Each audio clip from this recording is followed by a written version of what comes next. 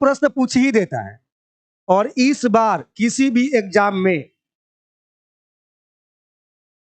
मुख्य अतिथि से प्रश्न हो सकता है गणतंत्र दिवस पे, क्योंकि लॉकडाउन के बाद 2020 के बाद पहली बार कोई मुख्य अतिथि आया है।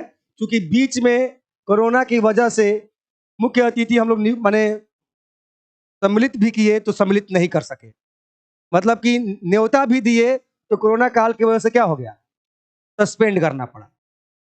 तो जो जनवरी 2023 में ये गणतंत्र दिवस के मुख्य अतिथि चर्चा में क्यों है, और ये हर साल जनवरी में चर्चा में रहते हैं, ठीक है, कोई नया नहीं रहते हैं, और ये इंपॉर्टेंट भी रहता है, पूछता भी है।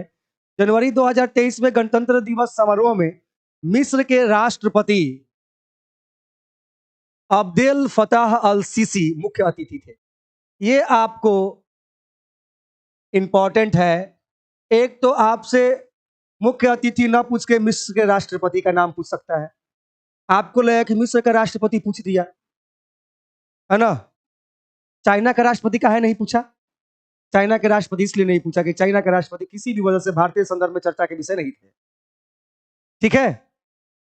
और मिस्र का राष्ट्रपति पूछ दिया तो पूरा दुनिया का राष्ट्रपति थोड़ी याद कीजिएगा आप उस कारण को ना जानिए कि क्यों उसके राष्ट्रपति का नाम पूछा, क्योंकि वो मिस्र के क्या है, राष्ट्रपति है, इसलिए नहीं पूछा।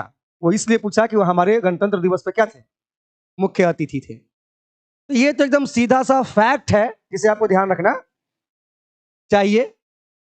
और देखिए, भारत में 26 जनवरी गणतंत्र दिवस पर जो पहला मुख्य अतिथि थे वो इंडोनेशिया के राष्ट्रपति थे, सुकार्नो, ठीक है। और वहां से ये सिलसिला चल रहा है। और मिस्र, ऐसा पहली बार ऐसा हुआ है कि मिस्र जो है हमारे 26 जनवरी पे मुख्य अतिथि बना है। आजादी के बाद से या गणतंत्र दिवस के बाद से मिस्र कभी भी 26 जनवरी को मुख्य अतिथि नहीं बना था। इस कारण से ये इंपॉर्टेंट है, इसलिए इंपॉर्टेंट है कि पहली बार हो रहा है कोरोना काल के बाद भी, और पूरे गणतंत्र दिवस के बाद, पूरे गणतंत्र भारत के बाद पहला बार ऐसा हो रहा है कि मिस्र के राष्ट्रपति हमारे देश के क्या हैं, इस बार 26 जनवरी को मुख्य अतिथि रहे हैं।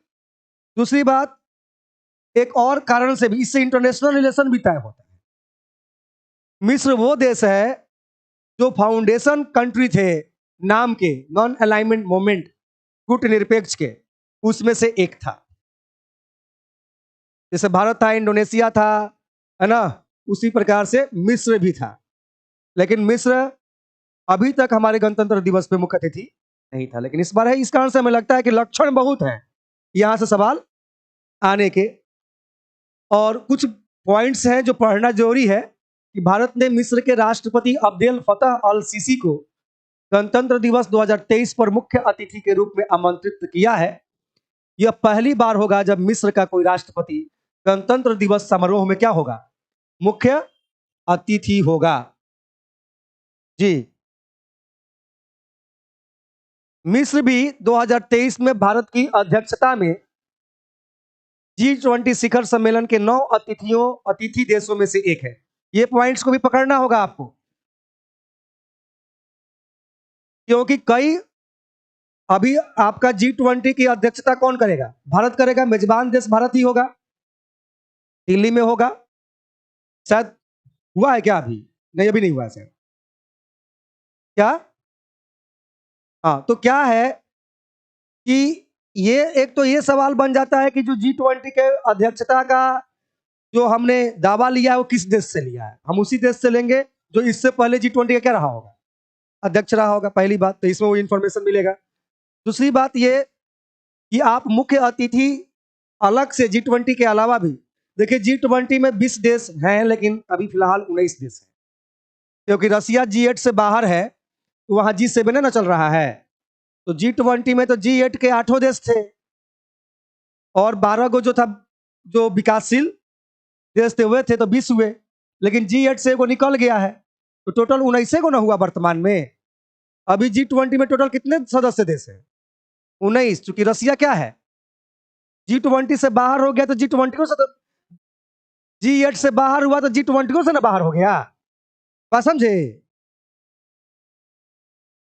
तो मिस्र भी 2023 में भारत की अध्यक्षता में G20 शिखर सम्मेलन ये 9 अतिथि देशों में से एक है। बाकी 9 को भी हम देख लेंगे, लेकिन उसमें से एक कौन है? मिस्र भी है। तो लक्षण बहुत है मिस्र से सवाल आने का। ठीक है, तो आप एटलस में मिस्र को थोड़ा सा क्या कीजिएगा, संदर्भित रखिएगा।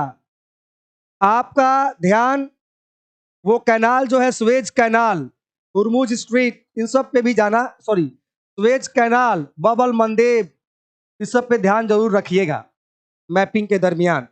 जो लोग मैपिंग सीख रहे हैं वो सीख जाएंगे तो ये बात उनको पता चल जाएगा। भारत ने आधिकारिक तौर पर 1 दिसंबर को इंडोनेशिया के मौजूदा अध्यक्ष से G20 की अध्यक्षता ग्रहण कर ली। ये भी पॉइंट्स उल्लेखनीय है कि भारत ने किस देश से आधिकारिक तौर पर G20 की अध्यक्षता ग्रहण किया है। इससे इंडोनेशिया। इसका मतलब भारत से पहले इंडोनेशिया G20 का क्या था, अध्यक्ष था। ठीक है,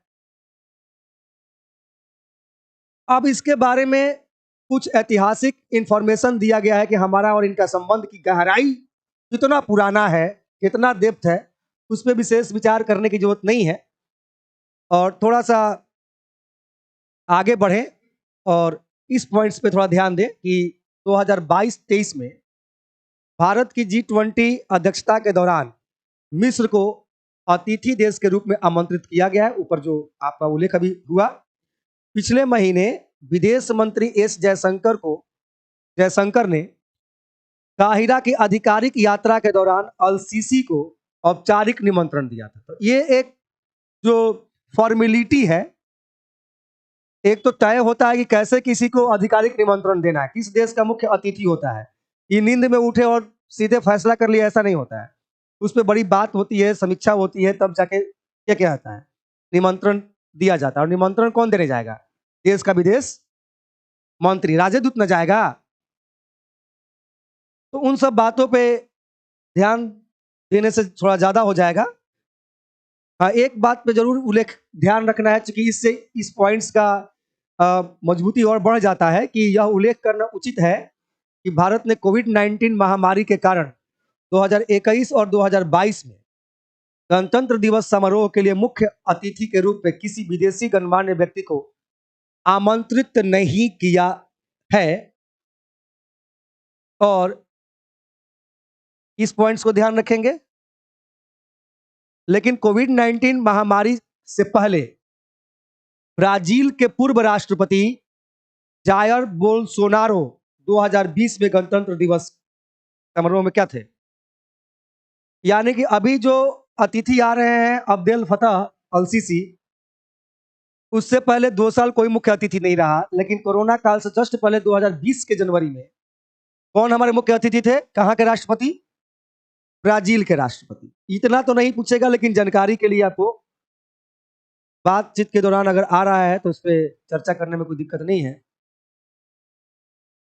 अब तो निमंत्रण कैसे दिया जाता है, काहे दिया जाता है, इस सब पे इंफॉर्मेशन है, उस पर आपको ज्यादा दिमाग नहीं लगाना है। कुछ अन्य पॉइंट्स जो आपके लिए उल्लेखनीय है,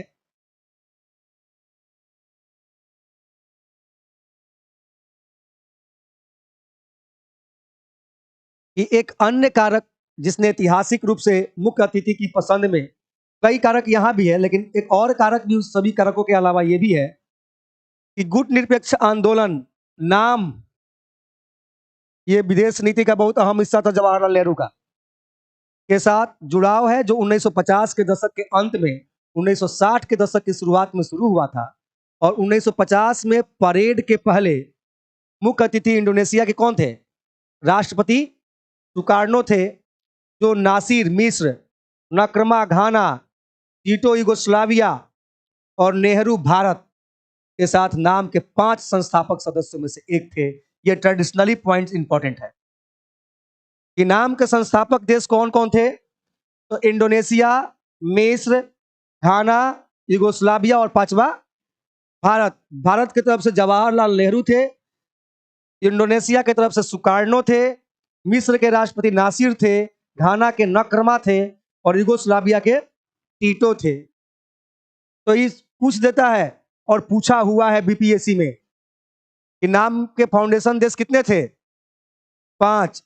निम्न में से कौन फाउंडेशन देश नहीं था? पूछ सकता है, कौन था पूछ देता है, और उनके राष्ट्राध्यक्ष के नाम भी पूछ देते हैं। ये भले करंट के लिए इंपॉर्टेंट हो चाहे नहीं हो, लेकिन कनेक्ट हो रहा है, लिंकिंग हो रहा है, और ये ट्रेडिशनली पॉइंट बहुत मजबूत है। इस कारण से इस पॉइंट्स का आपको ध्यान रखना होगा। और G20 के सॉरी, ये जो मुख्य अतिथि जो 26 जनवरी पे जो इंफॉर्मेशन लेना था, वो इतना इंफॉर्मेशन से क्वेश्चंस आपके नहीं छूटेंगे। और बाकी बात तो काहे कैसे आमंत्रित किया जाता है, ठीक है, उस सब पॉइंट्स को आउट किया गया है। अल-सीसी कौन है? अभी इतना पॉइंट्स पढ़ रहा था, उसी पॉइंट्स में अल-सीसी कौन है क्लियर हो गया। इतना ही जानिए कि मिस्र के कौन है, राष्ट्रपति हैं। और दूसरा जो